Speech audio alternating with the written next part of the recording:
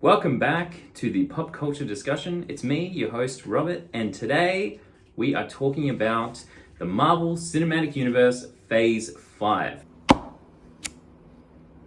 With Ant-Man and the Wasp: Quantumania just around the corner, it's coming out real soon, I thought, why not make a list ranking all the current announcements we have for the MCU Phase 5, from my least excited to my most excited.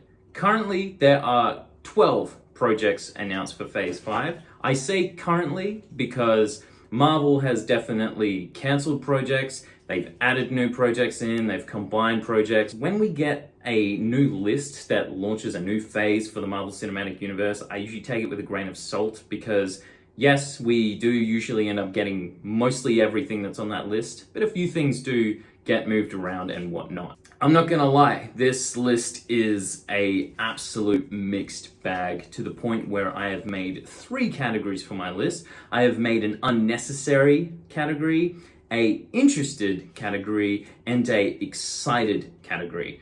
So, without further ado, we've got 12 things to talk about, so let's power through this list. Coming in on my unnecessary list is number 12, Agatha, Coven of Chaos, Season 1. My God, who even asked for this show? WandaVision was an absolute train wreck and easily the worst thing in the MCU in my opinion.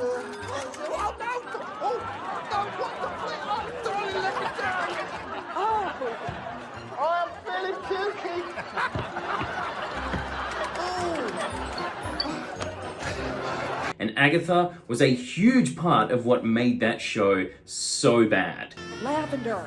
It's supposed to have a calming effect. Ralph sprays it on me every night, but there's no taming this tiger. What? Wow. And the fact now she's getting her own show? Are you kidding me? Come on, guys. This has to be Kevin Feige trolling us, showing that he can literally release whatever the hell he wants, people will still watch it. Just cancel this one. Stop it. Get some help. Remaining on the unnecessary list is number 11, Ironheart Season 1. I did not care for Wakanda Forever. It was a slow, boring, unlogical waste of time that just overstayed its welcome. Yes, it had some heartfelt scenes dedicated to Chadwick Boseman, and I did enjoy those. That was literally all I liked in that movie. The introduction of Ironheart in that, and now she's getting her own show, I just think this is really silly. My main point here is the fact that we get Ironheart at max capacity in Wakanda Forever. I'm not gonna lie, it looks ridiculous on screen. Bruh, look at this dude. Wait till you see the... No, no, no, no.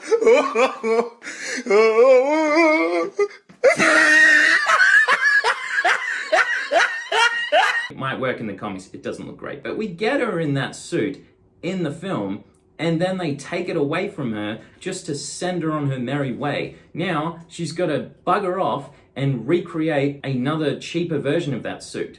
That would be like getting Iron Man in, say, his final suit that he gets in Avengers Endgame for one movie, and then in the next movie, he goes back to his Iron Man 1 suit, made of scrap metal. How silly would that be? Well, that's what they're doing with this show. Maybe just put her character in somebody else's movie or whatnot. She doesn't need to have her own show. Continuing on my unnecessary list is number 10, Loki Season 2. Loki Season 1 was the biggest waste of that character I have ever seen. I honestly couldn't wait for Season 1 of that show when it got announced. I was like, hell yeah, Tom Hiddleston, Asgard shenanigans, Loki show, this is gonna be sick. But no, it was Tom Hiddleston and Owen Wilson hanging out in an office for 8 hours. And then guess what? That entire season was building up to the final episode, and the final episode was just a guy sitting behind a desk telling people how the multiverse works. What a waste of my time. The only thing that makes this slightly interesting was the fact that all of Season 1 was building up to Season 2, which I didn't know until they threw a massive cliffhanger at us right at the very end. So, yeah, I'm not interested in this at all. Continuing on the unnecessary list is number 9, The Marvels. Yeah, okay. Captain Marvel was just whatever. And Miss Marvel had an interesting opening episode, but after that was pretty bad. It was just so standard and generic. It was nothing special. So the fact we're getting these two characters that no one really cares about to be these two main leading ladies, they're just poorly written characters. Just write them well. Marvel can do this. I don't know why they do this with these characters.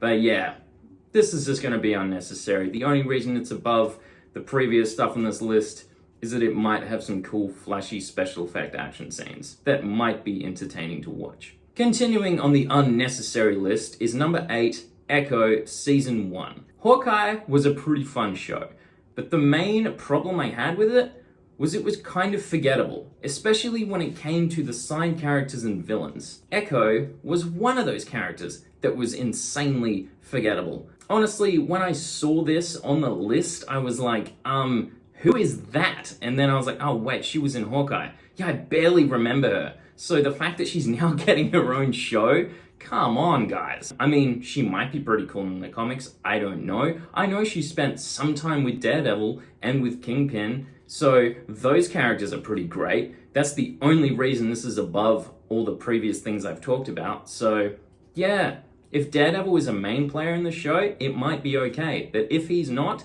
like I've just said, it's unnecessary. Finally, moving on to the interested part of the list. Number 7, Blade. I actually really enjoy the Wesley Snipes Blade movies. Yes, they're ridiculous. Freeze! Motherfucker, are you out of your damn mind?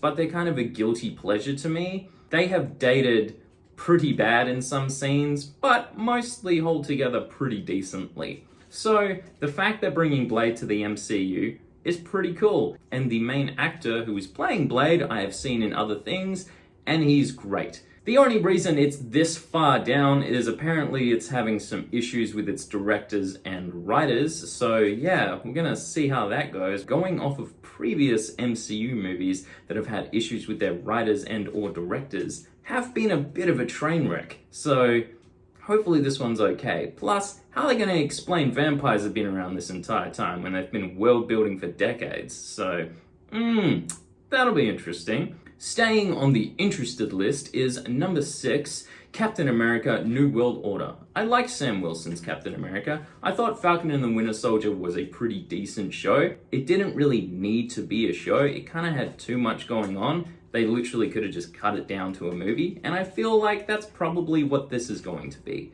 They didn't quite get it right in the show. Hopefully they'll get it right with the movie. I think the reason it's kind of in the middle of my list is the fact that it's not Steve Rogers' Captain America. Chris Evans will always be Captain America to me, so yeah. Anthony Mackie does a great job too, but my cap will always be Chris Evans. Plus, the fact they are bringing back a classic villain that they teased in phase 1 of the MCU for this movie. So I'm kind of excited to see how that's going to go down. Remaining on the interested list is number 5, Thunderbolts. Now, I was extremely excited for this when it got announced, but then they announced the team. Don't get me wrong, the team looks fine. It doesn't look amazing, it doesn't look terrible. I like most of the characters that are on here, plus they could redeem a few of them. I'm looking at you, Taskmaster. Oh boy, that was a rough adventure in Black Widow, wasn't it? So yeah, hopefully they can redeem a few characters here, make them a little more fun than their previous viewings, and the interactions between them could be good. The only downfall is they all basically have the same power set. So yeah, I don't know, maybe chuck Abomination in there or something. Anyway, moving on to my excited list. Finally, these movies I am generally super keen to watch. I will be watching within the first week of their release at the theater, or I'll be watching every night as they come out on television. Number 4, Secret Invasion. I love Samuel L. Jackson as Nick Fury, and I feel the MCU has really been missing something without him. He really is the OG, get the team together kind of guy. So it's just great to see him come back for something. Plus, the Secret Invasion comic book is absolute bonkers. I don't think they're going to be going as hardcore as the comic, because that's just insane. It looks like a much more grounded version of that story from the trailers that I've seen, but it still looks very exciting. I am just super keen to see Nick Fury come back and kick some ass. This might very well be the last time we see Samuel L. Jackson in the role, so I hope he leaves on a high. Remaining on the excited list is Ant-Man and the Wasp: Quantumania. Yeah, this movie looks awesome. If you've seen any of the trailers for it, this looks very exciting. Kang looks badass. All the concepts in the quantum realm that they're doing, the things with the characters, this looks really dark, this looks brutal, this just looks like something exciting and different for Ant-Man, but at the same time, still kind of the same thing. It just looks like a really good mix of boosting what makes Ant-Man so great and kind of pulling away from what makes Ant-Man so average. So yeah, I am generally really excited for this. Is Ant-Man gonna die in it? I don't have to win. We both just have to lose. Kind of looks like he is in the trailer, so I don't know if I'm ready for that, but yeah, otherwise from that, this looks like it's going to be a hell of a lot of fun. Remaining on the excited list is number 2, Guardians of the Galaxy Volume 3. Speaking of characters dying in their movies, yeah, this also looks like most of the Guardians might die. This looks very sad and depressing, but at the same time, heartfelt and exciting. So quite a mixed tone I'm getting from this movie just from watching the trailer. But yeah, this is apparently going to be the last time we're going to see these characters together, which kind of cements in the track that at least one or a few of them will die. So this will be a very emotional watch, but I think the send-offs will be heartfelt and I think they will be satisfying. I have really enjoyed the previous 2 Guardians of the Galaxies, and I am very excited to see how this trilogy is wrapped up. Plus the fact they're bringing in the Eyebrow Kid to play Adam Warlock. If you don't know who that is, literally just Google the Eyebrow Kid. You'll see. It's kind of hilarious that he's playing this like super handsome guy. I mean, but look at him now. You know, like look at him back then and look at him now. What a difference. Oh my God. Remaining on the excited list is number 1, Daredevil Born Again. I mean, this is just number 1, the fact that it's Daredevil, because the Daredevil Netflix series is literally one of my favorite TV shows of all time. That's why he's the GOAT! The GOAT! It's just incredibly written, incredibly acted, and the budget, the performances, the action sequences, the cinematography, and the one-shots, the choreography, it's all top quality. The fact that we will hopefully get more of that is exciting. I am pretty sure this will be a dulled down, more family-friendly Daredevil though. Daredevil was in She-Hulk. That show was an absolute train wreck, but at least his episode was fun. It goes to show they can pull Daredevil from the Netflix stuff, put him into the MCU, and he blends right in perfectly. Charlie Cox has perfected that character, so I'm just excited to see more of him in the role and just to see the MCU characters interact with him. So yeah, that was my list ranking Phase 5 of the MCU that is coming soon. Do you agree with my list? Do you think I was a bit mean on a few things that I said? Fake laugh, hiding real pain. Or do you think I was pretty accurate? Phase 4 burnt out a lot of people. A lot of my friends literally just gave up on the MCU during Phase 4 because it was such a mess. And that's a real shame because literally the first 3 phases of the MCU was some of the best cinema we have received in years. Assemble. I think Phase 5 is going to be another mixed bag just like Phase 4. Unfortunately, I really hope that they learn from their mistakes in Phase 4 and just cancel a heap of this stuff that's on this list. Either replace it with stuff we want or just make this a smaller phase. I'm okay with that too.